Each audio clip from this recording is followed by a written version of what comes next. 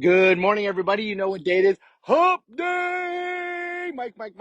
So tomorrow I get to start another Tony event. I haven't been involved in one since May, and I am having Tony event withdrawals. I can't wait. We're doing our UPW tomorrow. It's virtual, so if anybody is interested, I'm sure that if you just Google it, 9 million things will pop up on your feed all over the place, including on this, and you can come and hop in. And if you're in Zoom room 10, you can come say hi to me. It would be great to see you. So I woke up this morning. I was thinking about my first virtual event for Tony was 3 years ago. And I had done a ton of events, but I had still not done my first event as a senior leader 3 years ago. And now here I am, almost 2 years as a trainer, been to Fiji, da da da da. 3 years ago is when we moved into our building, our new building downtown too. We way overestimate what we can get done in a year, but we way underestimate what we can get done in 5. And when we look back at 5 years, we can look back and say, my goodness, look at all the growth that's happened. Or we can look back and say, I'm still dealing with the same things that I was dealing with 5 years ago. And the difference between those two things is a choice. One of the things that I choose to do is I choose to do these events again and again and again. And sometimes people will they ask us, why do you do so many of these events? Because I want to give back, because of the changes that I get to help people make, but it also benefits me tremendously. Who you surround yourself with is who you become. The people that I surround myself with at these events live life at a very high standard, and hence I need to live my life at a very high standard. My spouse insists that I live life at a very high standard. She sets standards very high for herself and for those that are around her.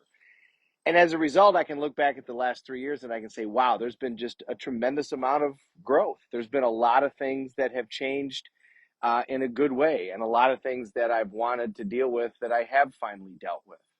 Has there been setbacks? Of course. Have there been ups and downs? Absolutely. There's been a significant injury. There's been an interesting financial bump in the road. There's starting out a new marriage and dealing with all of that. There's been all kinds of stuff, and I could focus on that if I wanted to. But Dolores posted my notes from one of my videos from a year ago or 2 years ago. I'm 3 years into doing these videos, and it talked about the power of questions. Questions are how we think. The questions that we ask decide what we're going to focus on. They decide what we're thinking. And the way you know that's true is you just ask yourself a question. Is that true? Yes, it is. So how is it that we can look back at 5 years and be happy about the growth that we've done? Well, a couple of things. The questions that we ask definitely matter. As I said, we overestimate what we can do in a year. We underestimate what we can do in 5. What happens when 5 years go by and you've accomplished nothing? Is that because you didn't try? Is that because there wasn't activity? No, for a lot of people, there's a ton of activity. There might be too much activity. There's no focus. Where focus goes, energy flows. And accomplished people forever who have talked on this topic have all said the same thing. 3 things, 3 major things is the most that you can focus on at any one time. And that doesn't mean those are the only 3 things that you're doing, but if you look at people that are significantly successful, most of the time they're focusing on one thing at a time. When Thomas Edison decided to invent the light bulb, he didn't pay attention to anything else, including his wife, including his family, not telling you to do that, but that's all that he focused on. People that have started multiple businesses, they don't start 4 different businesses at the same time. They start a business and they get it going till it works, and it's got repeatable systems and it's got the right people in place, people, process, product. That's what Marcus Lemonis taught me. They get it all going in the right direction. They wind it up like a top, and then they go on to the next business and they get that going. And you got to come back and wind them back up. I mean, that's all part of it. If you get really good, then you can go to the business once or twice a year, wind it up like a top, and take care of it. But they don't do them at the same time.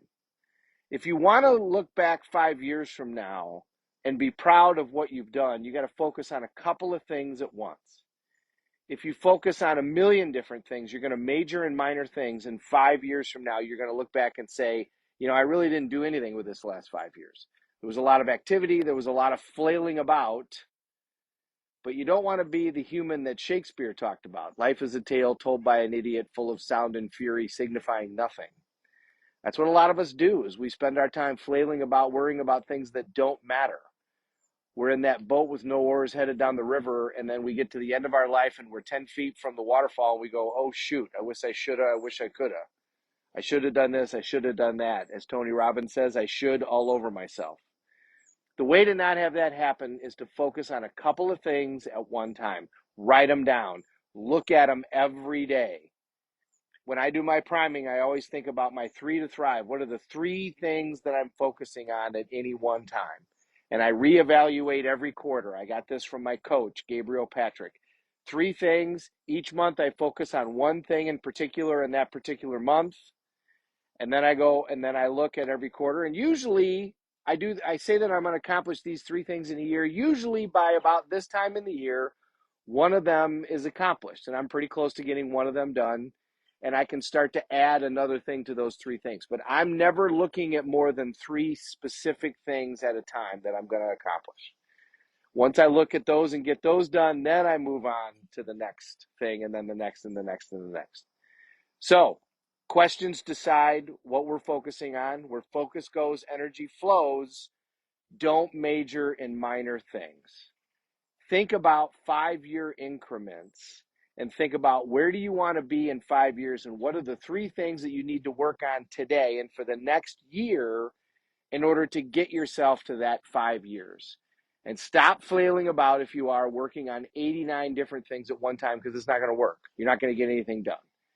Do 1, 2, or 3 things at a time, write them down and look at them every day and upload every day when you start your day. This is what I'm working on right here. These are the 3 things that I'm going to focus on, and I'm not going to focus on anything else until those 3 things are done. Hope that makes sense. Thank you so much for hopping on. Valerie, great to see you this morning. Dolly, great to see you. And Tim, thank you so much. I get to start my, I'll be a little earlier tomorrow because I get to start my event early. I can't wait to see everybody in Zoom Room 10. Thank you for watching, everybody. Truly honored when you hop on. We're all in this together. Let's take care of each other.